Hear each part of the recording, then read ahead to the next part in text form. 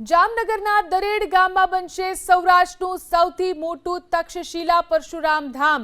બ્રહ્મ education and social development trust આ મંદિરનું નિર્માણ કરશે, જેનું દ્વારકા શારદા પીઠના જગતગુરુ શંકરાચાર્ય સદાનંદ સરસ્વતીજી મહારાજના હસ્તે 5મી મેના રોજ ભૂમિપૂજન કરવામાં આવશે। 2 લાખ ફૂટ જગ્યામાં 65 ફૂટ ઊંચાઈ અને 6000 ફૂટના બાંધકામ સાથે આ મંદિરનું નિર્માણ કરવામાં આવશે।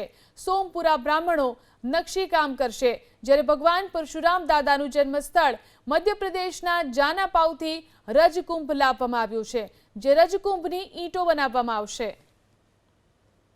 સૌથી પહેલા તો આ જગ્યાનું આ સંકલ્પ ગુરુજી દ્વારા દેવામાં આવ્યો ત્યારે જ બધા નક્કી કરેલું કે પૂજ્ય ગુરુજીના જ આદેશથી જમદગ્નિ આશ્રમ પરશુરામ દાદાની જન્મસ્થળી મધ્યપ્રદેશના જાનાપાવ ગામ ખાતે આવેલી છે।